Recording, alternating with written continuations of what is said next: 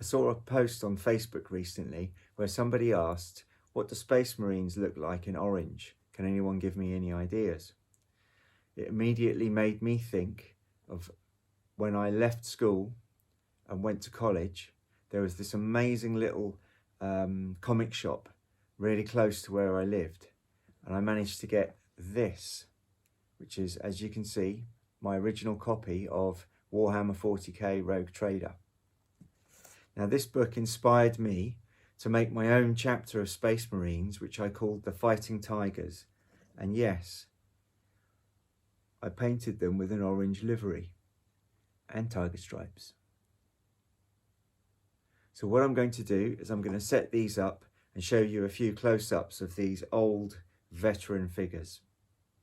So I've got one of the original chaplain figures and some of the original commander figures. But as we zoom out, if you can see those Marines in the background, well, these are all plastic Marines. And so are these regiments at the back here. They all came in those cardboard boxes with plastic sprues. I think there were 10 Marines or 20 Marines in each box. I think they might have been the first plastic figures, or some of the first plastic figures that Citadel released. At the time, I was surprised that that's the way figure production was going. As we all know now, it's the only way they produce them. Those original plastic sprue boxes let you mix and match and multi-pose your figures. This particular one is part of the Close Combat Squad, and he was simply made by replacing his standard arm with this Power Fist arm. And you could also use this to make your sergeants and captains. I think it came with mostly Space Marine helmets and then a couple of unhelmeted heads.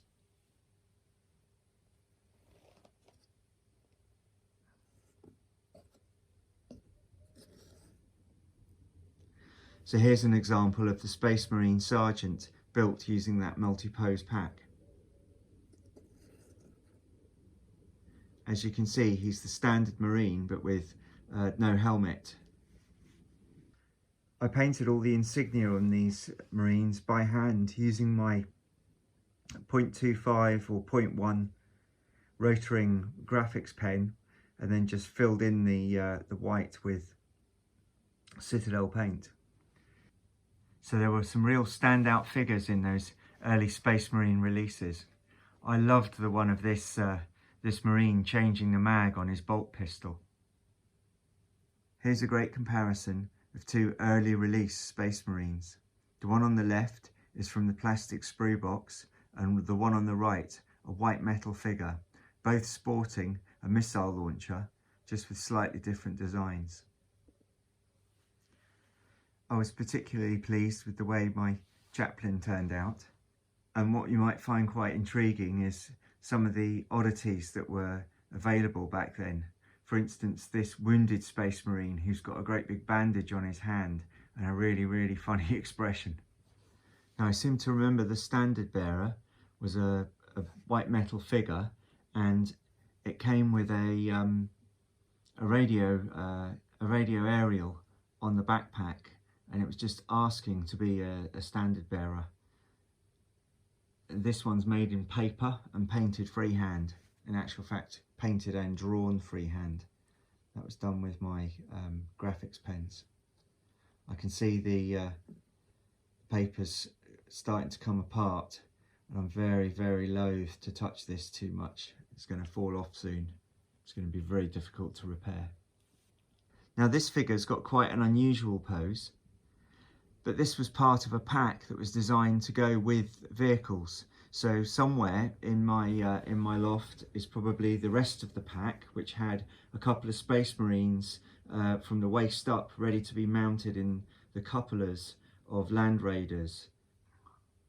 When the original Space Marines came out, there were two types of heavy weapon in the plastic sprue box. There was the flamer, which you can see on the right, and the missile launcher, which we look at in a separate shot.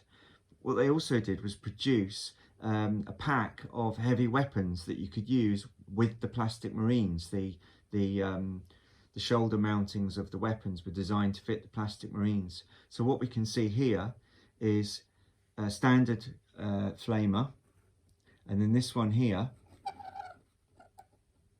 is a plastic figure, a plastic space marine with a white metal autocannon mounted on his shoulder. So if they're the fighting tigers, why have I got grey marines in here as well? You may well ask. I suspect that what happened was painting them orange with these tiger stripes was quite a lot of work, and I envisaged an urban combat team, which is why you can see some of the squads are painted up in this urban grey scheme, which looks like it was a lot quicker to paint than the orange. I remember this being so much more than just a set of rules. I'd been playing Warhammer for a few years, and this just opened my eyes to a whole new world of possibilities.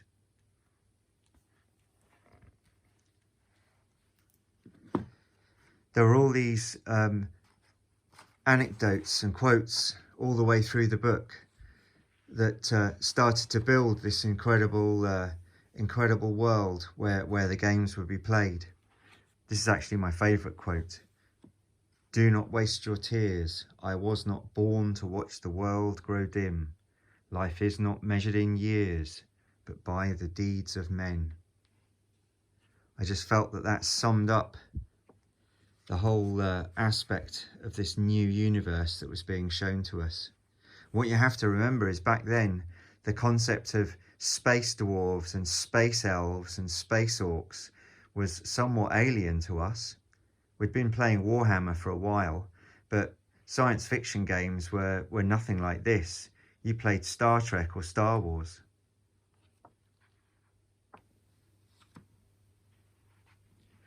I still marvel at the wealth of artwork that was seen throughout the book.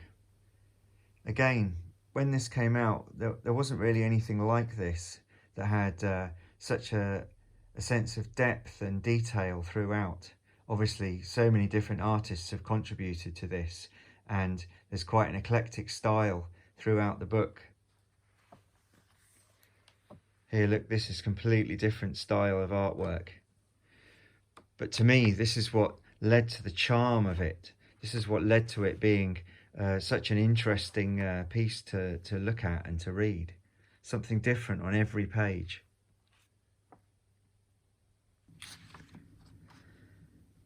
So even though some of the key chapters were present right from the start, the concept of Primarchs hadn't been fully developed yet.